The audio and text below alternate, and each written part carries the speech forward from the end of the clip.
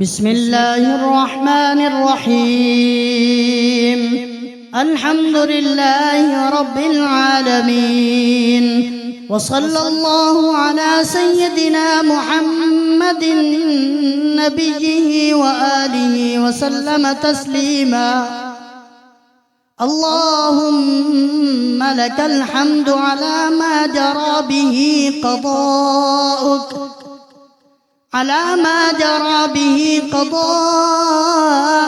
في أوليائك الذين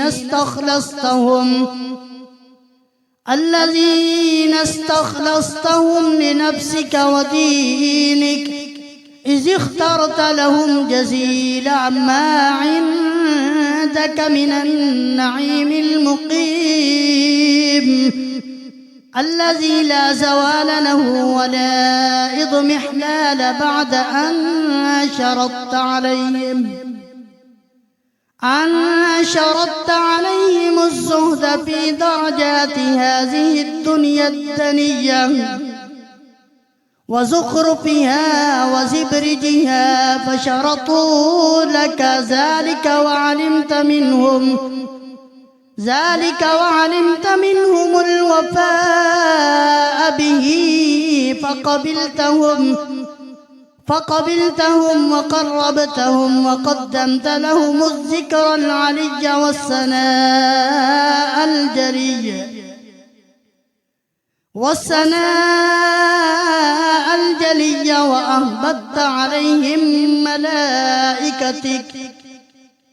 وأهبت عليهم ملائكتك وكرمتهم بوحيك ورفدتهم بعلمك وجعلتهم الذريعة إليك والوسيلة إلى رضوانك، فبعض أسكنته جنتك إلى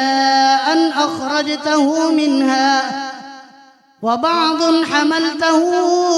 في فلكك ونجيته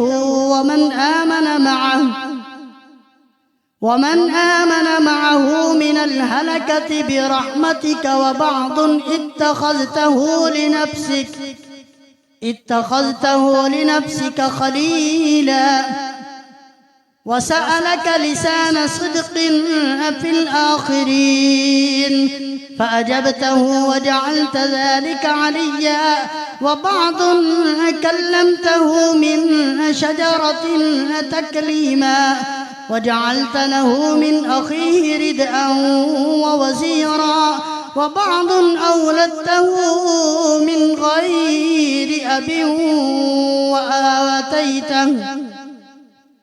وآتيته البينات وأيدته بروح القدس، وكل شرعت له شريعة ونهجت له منهاجا، وتخيرت له أوصياء مستحفظا بعد مستحفظ من مدة إلى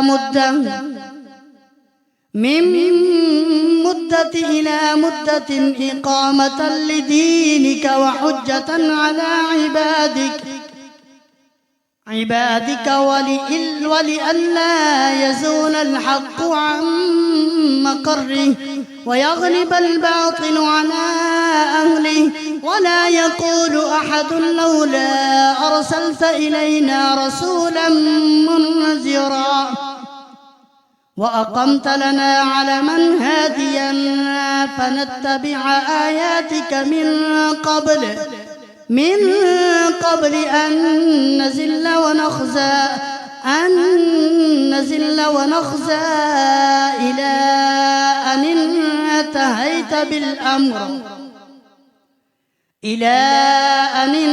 انتهيت بالأمر إلى حبيبك ونجيبك محمد صلى الله عليه وآله، فكان كما إن تجبته سيد من خلقته وصفوة من اصطفيته وأفضل من اجتبيته وأكرم من اعتمدته قدمته على على أنبيائك وبعثته إلى الثقلين من عبادك وأوطأته مشارقك ومغاربك وسخرت له البراق وعرجت به إلى سمائك وأودعته علم ما كان وما يكون إلى انقضاء خلقك ثم نصرته بالرعب وحفظته بجبرائيل وميكائيل والمسومين من ملائكتك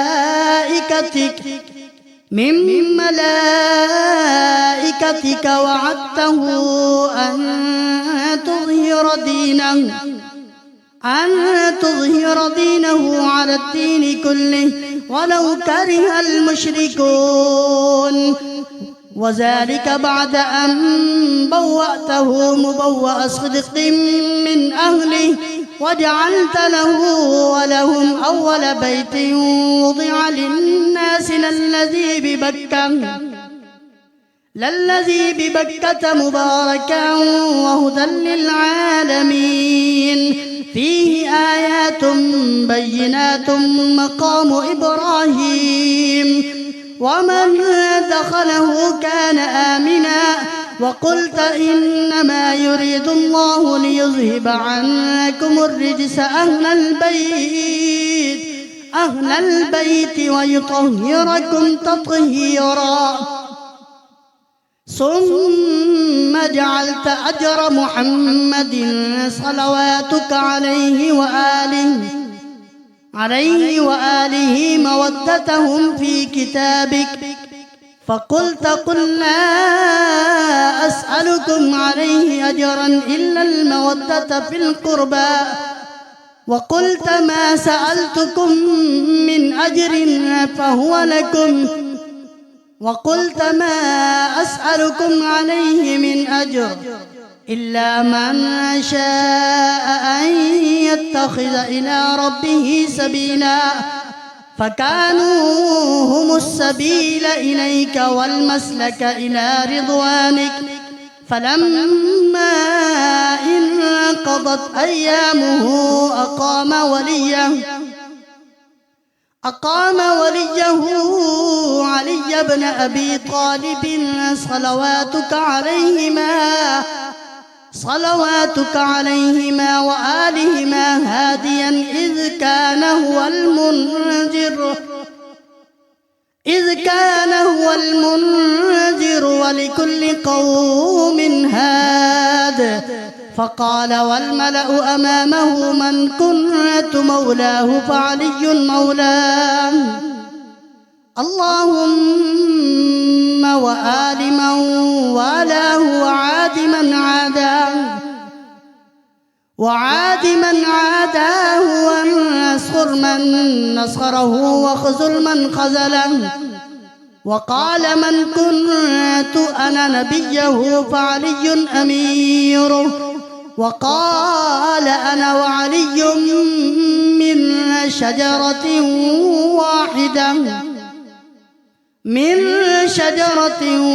واحدة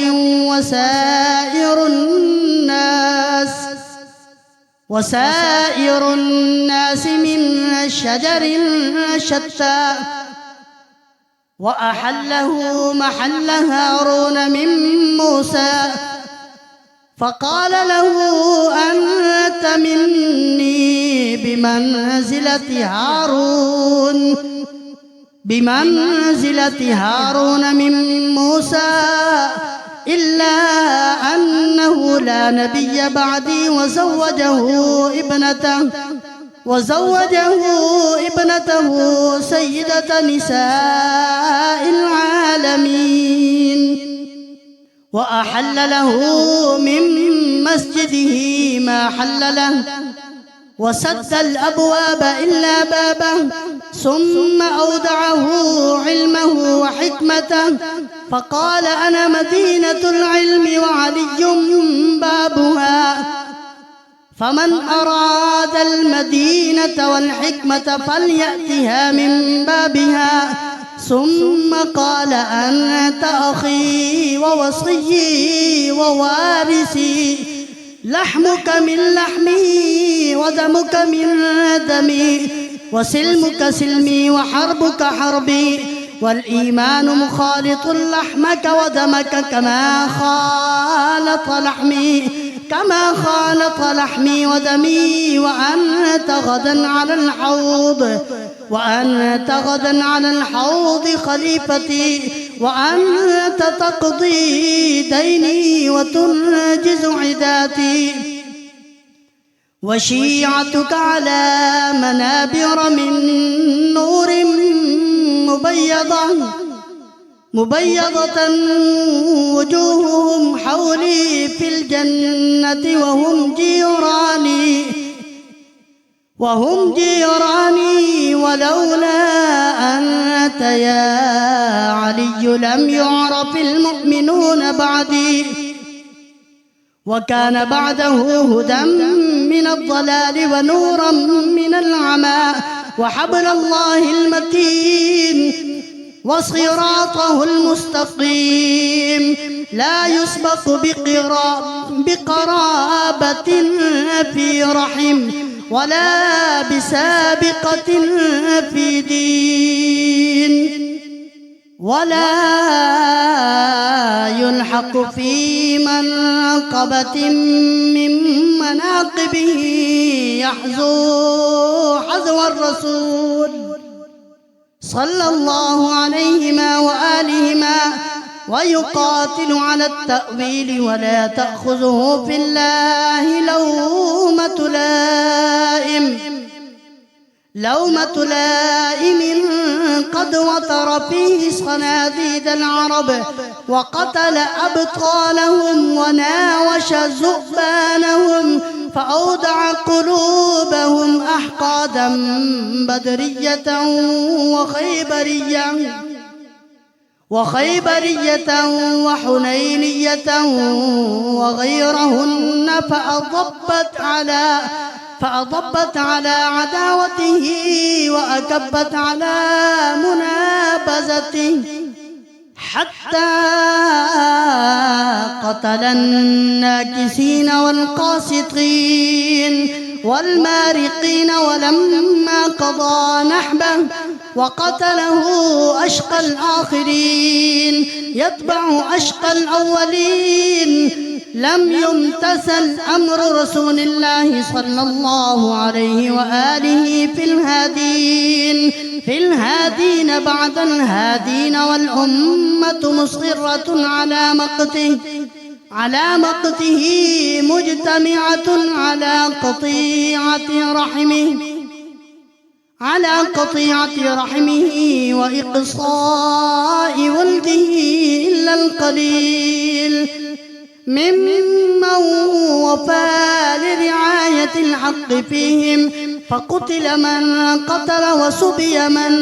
سبي وأقصي من أقصي، وجرى القضاء لهم بما يرجى له حسن المثوبة، إذ كانت الأرض لله يورثها من يشاء من عباده، والعاقبة للمتقين. وسبحان ربنا إن كان وعد ربنا لمفعولا، ولن يخلف الله وعده وهو العزيز الحكيم. فعلى الأطائب من أهل بيت محمد وعلي صلى الله عليهما وآلهما فليبكي الباكون، وإياهم فليندب النادبون، ولمثلهم فلتزرف الدموع وليصرخ الصارخون، ويضج الداجون ويعج العاجون. أين الحسن أين الحسين أين أبناء الحسين صالح بعد صالح وصادق بعد صادق أين السبيل بين السبيل أين الخيرة بين الخيارة أين الشموس الطالعة أين الأقمار أين الأقمار المنيرة أين الأنجم الزاهرة أين الأنجم الزاهرة أين أعلام الدين وقواعد العلم أين بقية الله التي لا تخلو من العترة الهادية أين المعد لقطع دابر الظلمة أين المنتظر لإقامة الأمن والعوج أين المرتجى لإزالة الجور والعدوان أين المدخر لتجديد الفرائض والسنن أين المتخير لإعادة الملة والشريعة أين المؤمل لإحياء الكتاب وحدوده أين محيي معالم الدين وأهله أين قاصم شوكة المعتدين أين هادم أبنية الشرك والنفاق أين مبيد أهل الفسوق والعصيان والطغيان أين حاصد فروع الغي والشقاق أين طامس آثار الزيغ والأهواء أين قاطع حبائل الكذب والافتراء